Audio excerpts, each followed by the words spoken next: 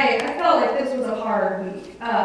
In my own personal life, it felt like as soon as we were working on one problem, we were jumping to another fire and another fire. And it kind of felt overwhelming. And I had to every night tell myself, you did what you could, it's time for rest. And then when you get those anxious moments and it's still not good, I'm one of those people that if you have a really stressful week, you're only allowed to sleep for 4 hours. Your body says, oh, you've had your 4 hours of sleep, time to get up and solve all the problems you didn't get done. I am one of those. And then I have to do my prayers again and try to fall back asleep. And life was really stressful, and I think that the world itself was more stressful, and anxiety and the meanness, whether you fall on what other side, just this meanness of people, the spirit was heavy and dark. And I thought, oh my, we have barely survived 7 days of 2026. Oh my. And it was a hard week. And I think that this is why John, in particular, felt it important to do baptisms in the Jordan, to get away from the city. He too had hard weeks. He had a hard life. John the Baptist, as we know, his dad was Zechariah. Zechariah got in trouble for speaking, to the angel. How is it possible that I can be pregnant? There's still a rumor there in the Holy Lands, though, that Zechariah, when King Herod ordered the children 2 and under to be murdered, that the one reason why John the Baptist is still alive is because Zechariah's father fought back and protected boys. And to this day, in the Holy Lands, they believe that Zechariah lost his life protecting little boys from all the government people going door to door killing. And so John, here he is. All we know about his upbringing, we don't know if Zechariah was around. We don't know how long Elizabeth was around. We don't have these details. But what we do know, which is my favorite part of the line, is he was strong in spirit. In an old term, that he was strong and he believed firmly in what he believed. And of course, we're not surprised by this. He was the one to bring forth the new kingdom, to bring the new life, the new goings. And so I think of John strong in spirit, and I think of him clashing with the temple people, right? The temple people saying, let's build the temple, let's make this stronger, let's do this. And John's like, wait a minute, why are you being evil? Why are you being mean to one another? This wasn't God's plan. We are to start with the widows and the orphans, to love those who have the least amount of protection.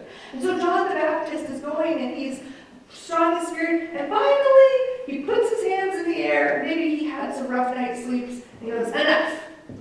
And he heads to the desert. And then when he heads to the desert, away from the crowds, away from the pollution, away from the markets, away from which food to buy or not to buy, away from all the ways people abuse other people in the world, when John heads into the desert, it's peace. It's calm. There's sand. Anybody ever be inside of a desert and feel this sense of peace? Some say it's the salt and the iron, there's a soothing peace. And even when his stomach growled, he found grasshoppers.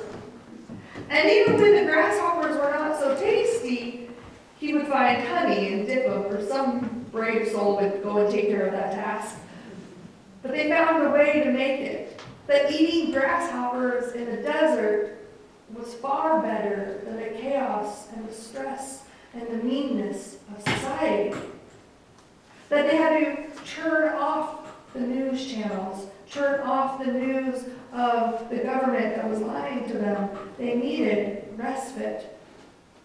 And he knew that to bring people closer to God, to bring them to their baptism, the sacred thing that had happened before but feels different now, he wanted them to be no distractions. It wasn't, I don't know about you, but when I got baptized, we had to wear white, right? You had to dress a certain way, and you had to do, he didn't want any of those distractions. He says, no. This is a sacred moment between you and God. Sacred. Now, I will point out, this is my fun little caveat history, so those of you know who have given this sermon before. The very earliest Christian churches, women would baptize women, and men would baptize men, because they were baptized naked. Fun little fact. And then that's when they transitioned to wearing white clothes to avoid that situation. We could look at those later. I'll show you my fun little seminary notes. They have one pool where we're still saved. And it's really fun. They have a woman's side and a man's side. But no, John the Baptist was like, you don't have to get naked. He wasn't one of those.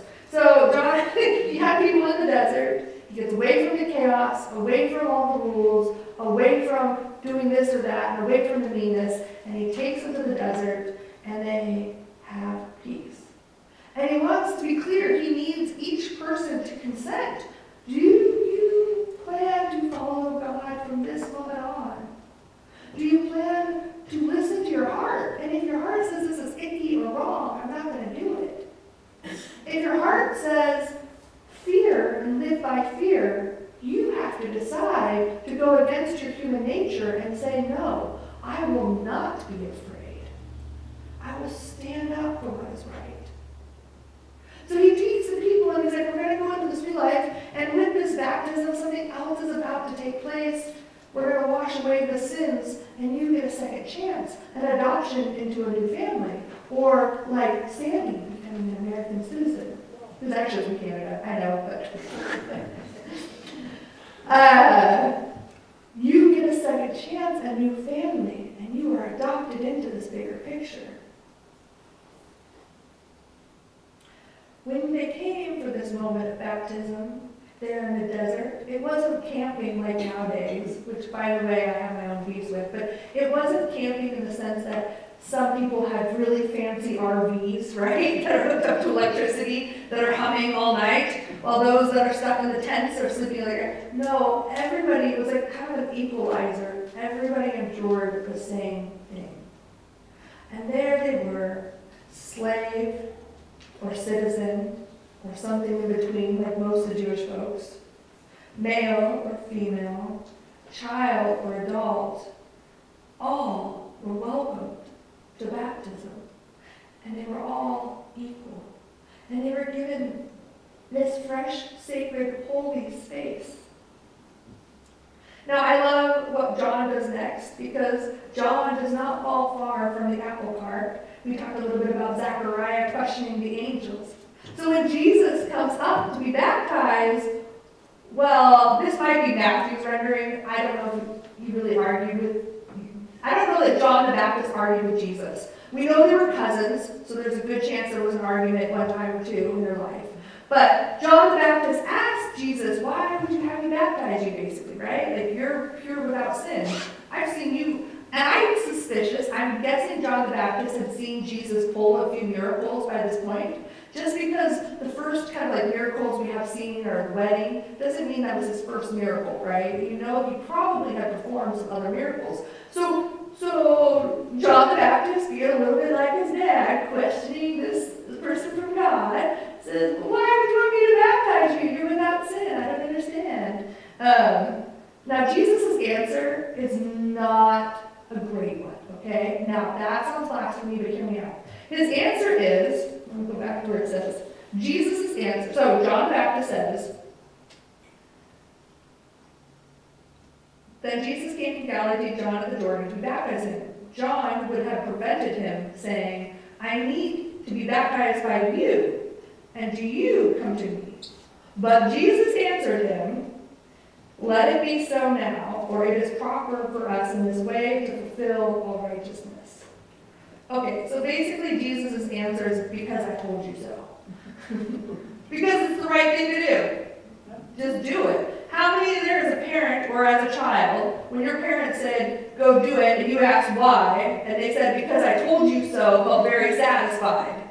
No, there is this sense of not being totally satisfied with the answer Jesus gives. And I'm okay with that, because, hear me out, we have two sacraments that we have had from the beginning. Baptism and communion. And with each sacrament, we recognize there's a holy mystery. There's something that happens in our baptism that is not because of our making. It's not because Pastor Catherine did it, or your favorite pastor, or your not favorite pastor. It has nothing to do with the pastor. There's something about baptism that is sacred and holy between you and your God. And something changes physiologically in you and forever. And I can't explain it logically. I can't give you the details. If you ask for a blueprint or a model of how it went, I can't give it to you. And I think the same way Jesus couldn't totally explain to John what was taking place, but it was a holy mystery. It was a sacrament. And that's why, even in the Methodist Church, if you're baptized as a child, we cannot rebaptize you, because we recognize that the sacredness, the holiness, has already taken place. And it's not for us to interfere. So, Jesus gives that unsatisfactory answer. Do it because I told you so. It's the right thing to do. And Jesus is baptized. This leaves us at Epiphany and the baptism of Jesus at a crossroad. We can accept our baptism as a holy mystery involved in the sacrament it is, guiding us by faith closer to God. This baptism was not by our own ownership, and there will be times in our Christian journey when we question things, when we question God's ways, when we question living by faith. And understanding that sin and wrongness is everywhere, and we will need to trust God and God's ways, begins with our baptism. We know of God's ways as a way of peace, where peacemakers will inherit heaven.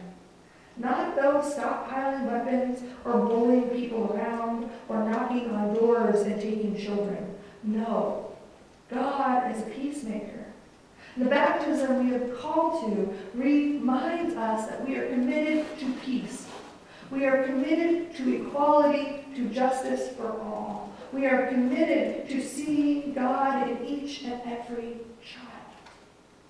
So on this Sunday of baptism, as you're leaving the sanctuary, I invite you to remember your baptism, to stick your hand in the water. Some people like to do the kind of Catholic thing where they make the water on a cross, right?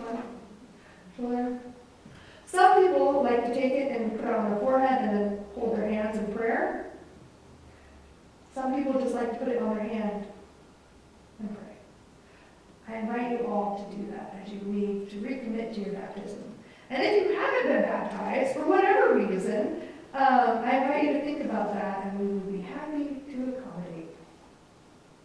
At the end of the day, this is a reminder that you belong to God's holy family. And this is a holy mystery, a journey of faith, a walk of faith, a mystery we can't always explain, but we know to be true deep in our souls. Amen? Amen.